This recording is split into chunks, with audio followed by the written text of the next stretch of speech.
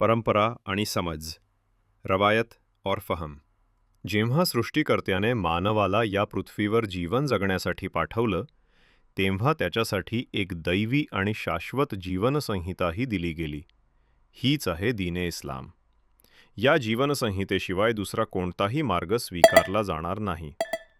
मानवाच्या प्रत्येक समाजात, प्रत्येक काळात अल्लाहने आपले नबी आणि रसूल पाठवले. आदम अलैहिस्सलामपासून आदरणीय पैगंबर मुहम्मद सल्लमपर्यंत सर्व प्रेषितांचा मूलभूत संदेश एकच होता, तो म्हणजे इस्लाम. फरक फक्त एवढाच होता की त्या काळाच्या आणि समाजाच्या परिस्थितीनुसार दैवी नियमांच्या तपशिलात आणि अंमलबजावणीच्या पद्धतीत बदल झाले. हीच तपशीलवार रूपं शरीयत म्हणून ओळखली जातात. शरीयत म्हणजे जीवनाचा नियम, कोड ऑफ लाईफ, तर मिन्हाज म्हणजे त्या शरीयतीला समाजात उतरवण्याची पद्धत, म्हणजेच वे ऑफ लाईफ.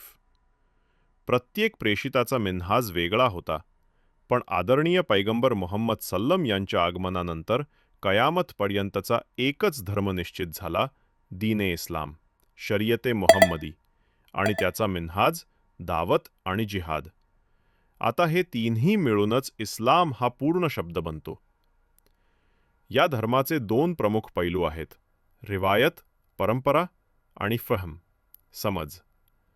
जेव्हा आपण रिवायतीचा विचार करतो, तेव्हा ज्ञानाच्या सर्व साधनांमध्ये सर्वात विश्वसनीय आणि परिपूर्ण साधन म्हणजे खबर, म्हणजेच सत्य आणि प्रमाणित माहिती.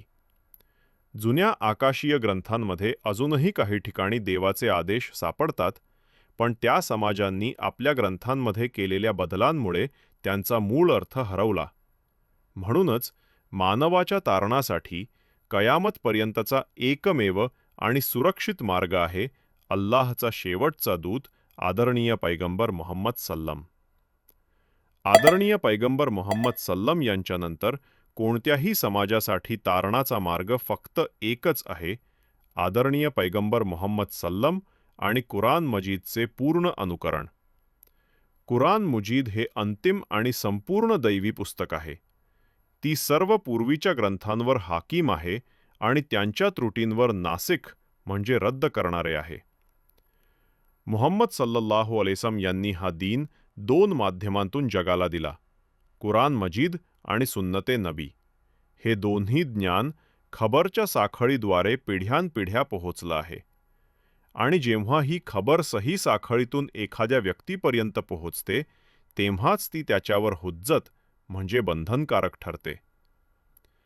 आता धर्माच्या फहम म्हणजेच समज या भागाकडे वळूया. शब्द आणि अर्थ हे एकमेकांपासून अविभाज्य आहेत. कुराण आणि सुन्नत दोन्ही दैवी आहेत. हीच इस्लामची दोन मूळ स्तंभ आहेत. विश्वास आणि आचरणाच्या प्रत्येक बाबतीत या दोघांवरच अंतिम निर्णय घेतला जातो. कुराण हे अल्लाहचे शब्द आणि सुन्नत म्हणजे त्या शब्दांचा अर्थ आणि कृती ज्याद्वारे प्रेषित मुहम्मद सल्लम यांनी त्यांचा व्यवहारात उपयोग दाखवला.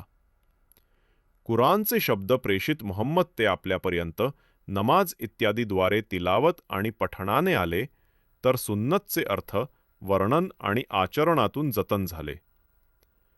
कुराणची रिवायत अक्षरशः आहे, तर हदीसची रिवायत कधी शब्दशः तर कधी अर्थशः.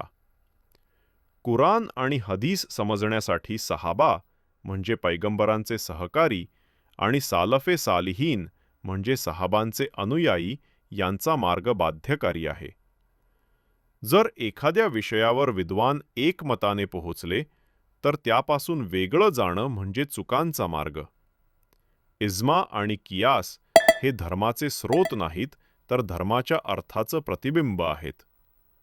कुराणमधील शब्द कधी स्पष्ट आणि मुहकम, तर कधी प्रतिकात्मक आणि मुतशाबेह अस्पष्ट असतात.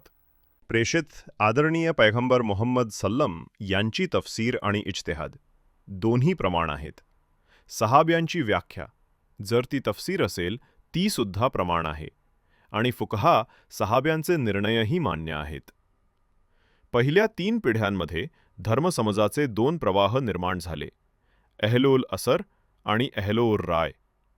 पहिल्यांचे नेतृत्व इमाम मालिक आणि दुसऱ्यांचे इमाम अबू हनीफा यांनी केलं.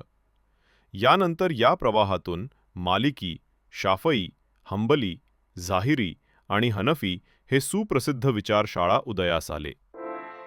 आजच्या काळात धर्माचं आकलन करताना या ज्ञानसाखळीशी जोडून राहणं आवश्यक आहे. अन्यथा धर्माची कोणतीही नवीन व्याख्या एक कापलेली पतंग ठरते, दिशाहीन आणि अस्थिर. म्हणूनच विद्वानांसाठी इज्तिहाद आणि सामान्यांसाठी इत्तेबा हेच इस्लामचं संतुलित तत्व आहे.